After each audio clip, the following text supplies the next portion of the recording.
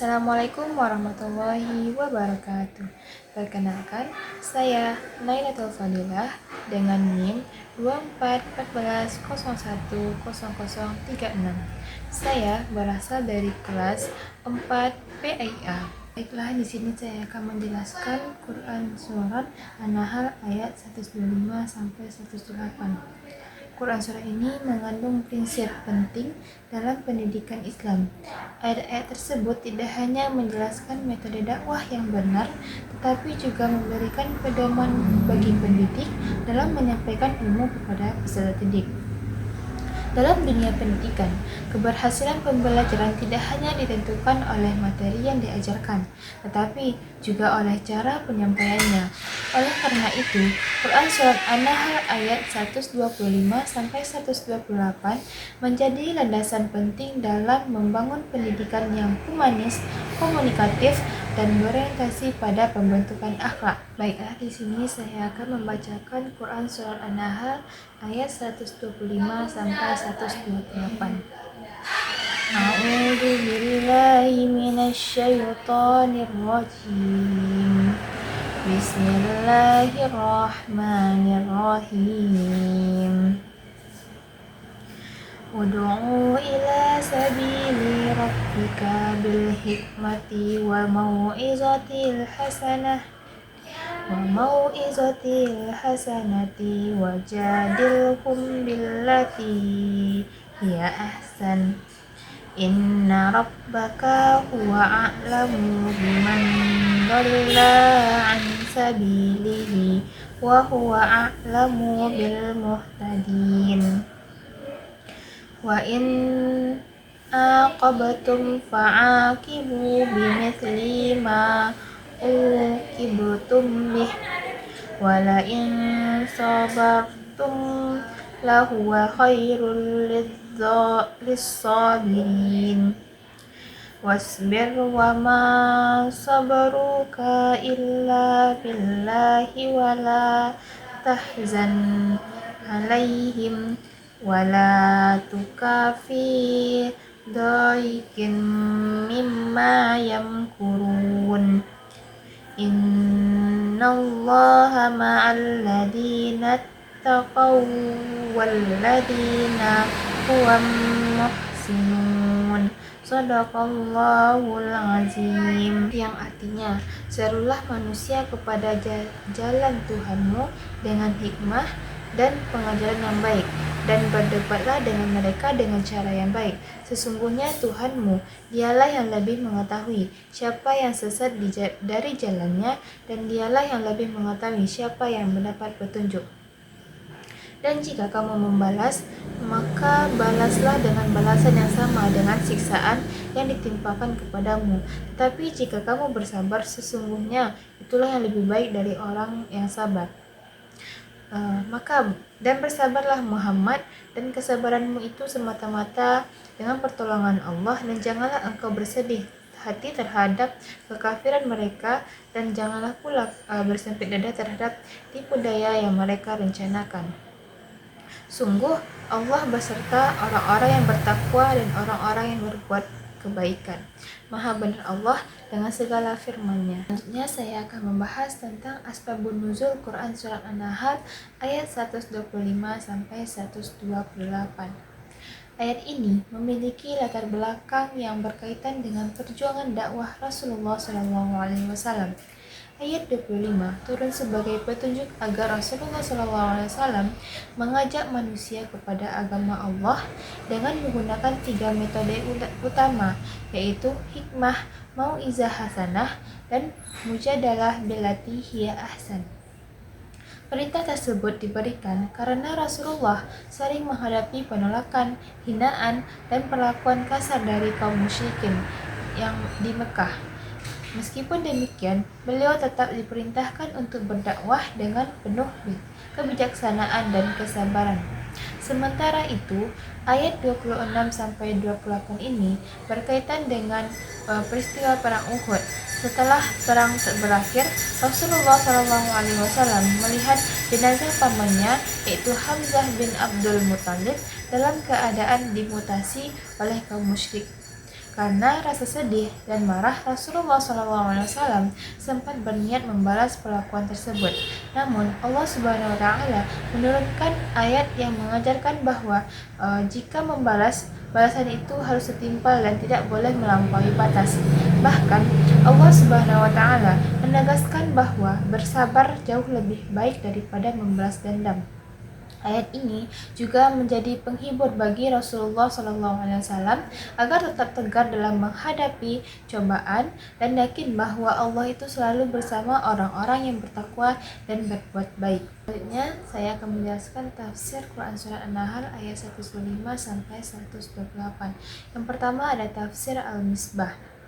Menurut M. Quraisy Shihab, ayat 125 merupakan perintah kepada Rasulullah SAW untuk terus berdakwah kepada seluruh manusia dengan metode yang sesuai dengan kondisi orang yang dihadapi. Dakwah tidak boleh dilakukan secara kasar atau memaksa, melainkan dengan pendekatan yang bijaksana. Hikmah diartikan sebagai kemampuan menyampaikan kebenaran berdasarkan ilmu pengetahuan, akal sehat, dan pertimbangan yang matang. Seorang pendidik harus mampu memilih metode yang tepat agar materi mudah dipahami dan diterima oleh peserta didik. Mau'izah hasanah berarti memberikan nasihat yang baik dengan tutur kata yang lembut serta disertai dengan keteladanan. Nasihat ini akan lebih mudah diterima apabila pendidik itu juga mengamalkan apa yang disampaikannya. Sedangkan mujadalah billati hiya ahsan adalah berdialog atau berdiskusi dengan sopan, menggunakan argumen yang logis, serta menghormati pendapat orang lain. Tujuannya bukan untuk mengalahkan lawan bicara, tetapi mencari kebenaran bersama. Pada ayat 126 dijelaskan bahwa Islam memperoleh pembalasan terhadap suatu kezaliman, tetapi pembalasan tersebut harus seimbang dan tidak berlebihan. Namun Allah Subhanahu wa taala lebih menyukai orang-orang yang mampu bersabar dan memaafkan. Pada ayat 127 mengajarkan bahwa kesabaran merupakan pertolongan dari Allah Subhanahu wa taala. Rasulullah diperintahkan agar tidak bersedih secara berlebihan terhadap penolakan kaum musyrik serta tidak merasa sempit hati atas tipu daya mereka. Selanjutnya, pada ayat 128 itu menjadi penutup yang memberikan motivasi bahwa Allah Subhanahu wa taala akan selalu memberikan pertolongan, perlindungan, dan bimbingan kepada orang-orang yang bertakwa dan berbuat ihsan. Selanjutnya, tafsir Ibnu Katsir. Menurut Ibnu Katsir, hikmah berarti Al-Quran, sunnah, dan ilmu yang benar. Dakwah harus dilakukan berdasarkan dalil yang kuat, bukan sekadar emosi atau pendapat pribadi kita saja. Mau'izah hasanah dipahami sebagai nasihat yang berisi kabar gembira tentang pahala dan peringatan terhadap siksa Allah Subhanahu wa taala, sehingga mampu untuk melembutkan hati manusia. Mujadalah dilakukan dengan cara yang santun, menggunakan dalil yang benar, serta tidak menyakiti atau menghina lawan bicara saat kita berbicara. Selanjutnya, Ibnu Katsir juga menjelaskan bahwa ayat 126 turun sebagai pengingat kepada Rasulullah SAW agar tidak membalas perlakuan musuh secara berlebihan setelah perang Uhud. Kesabaran merupakan sikap yang lebih mulia karena akan mendatangkan pahala yang besar. Pada ayat 128 menunjukkan bahwa Allah Subhanahu wa taala selalu memberikan pertolongan kepada orang-orang yang bertakwa dan senantiasa berbuat ihsan dalam kehidupannya. Selanjutnya, yang ketiga ada tafsir Al-Maraghī, yaitu menurut Al-Maraghī keberhasilan dakwah sangat bergantung pada metode yang digunakan. Hikmah berarti menyampaikan kebenaran dengan cara yang logis, rasional, dan sesuai dengan kondisi orang yang diajak dalam berbicara tersebut. Mau'izah hasanah dalam memberikan nasihat dengan penuh kasih sayang sehingga mampu menyentuh hati seseorang. Selanjutnya, sedangkan mujadalah dilakukan dengan sikap sopan, menghormati lawan bicara, dan menghindari perdebatan yang menimbulkan permusuhan. Ayat 126 mengajarkan keseimbangan antara keadilan dan akhlak. Islam membolehkan pembalasan, tetapi tetap mengutamakan sikap sabar dan memaafkan. Pada ayat 127 menjelaskan bahwa kesabaran merupakan kekuatan moral yang harus dimiliki setiap pendidik maupun pendakwah dalam menghadapi berbagai tantangan. Pada ayat 128 menegaskan bahwa keberhasilan dakwah dan pendidikan tidak hanya bergantung pada usaha manusia, tetapi juga pada pertolongan Allah Subhanahu wa taala. Selanjutnya saya akan membahas tentang nilai-nilai pendidikan dalam Quran surat An-Nahl ayat 125 sampai 128. Ayat ini mengandung banyak nilai-nilai pendidikan yang masih sangat relevan hingga saat ini. Yang pertama itu adalah nilai metodologis, yaitu pentingnya menggunakan metode pembelajaran yang bervariasi sesuai dengan karakteristik peserta didik tersebut. Guru tidak hanya boleh menggunakan satu metode untuk semua siswa, karena setiap siswa itu memiliki kemampuan dan kebutuhan yang berbeda-beda. Yang kedua itu ada nilai humanistik, yaitu menghargai peserta didik sebagai manusia yang memiliki akal, perasaan, dan hak untuk memahami pelajaran dengan kesadaran sendiri. Pendidikan tidak boleh dilakukan dengan paksaan atau kekerasan. Dan yang ketiga itu ada nilai etika dan komunikasi, yaitu membiasakan komunikasi yang santun, menghargai perbedaan pendapat, dan menyelesaikan masalah melalui dialog yang baik. Nilai-nilai ini sangat penting dalam membangun budaya belajar yang sehat. Yang keempat ada nilai keadilan dan moderasi, yaitu bersikap adil dalam memberikan penilaian maupun hukuman.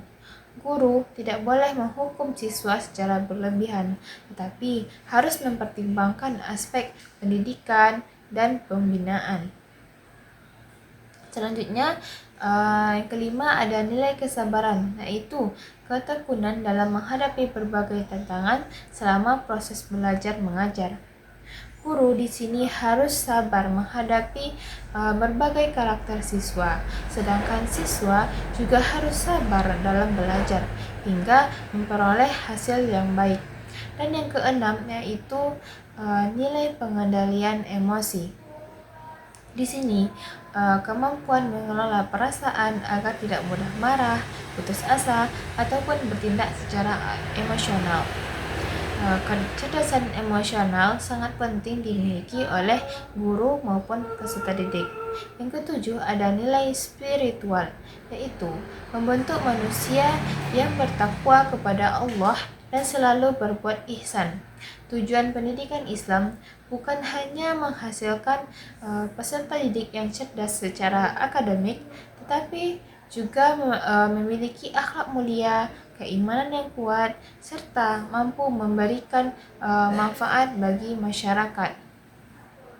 Dan dapat saya simpulkan bahwa Quran Surat An-Nahl ayat 125 sampai 28 ini mengandung konsep pendidikan yang sangat lengkap. Ayat-ayat tersebut mengajarkan bahwa proses pendidikan itu harus dilaksanakan dengan hikmah, nasihat yang baik, dan serta dialog yang santun. Selain itu, Ayat ini juga menanamkan nilai keadilan, kesabaran, pengendalian emosi, toleransi dan ketakwaan kepada Allah Subhanahu wa taala.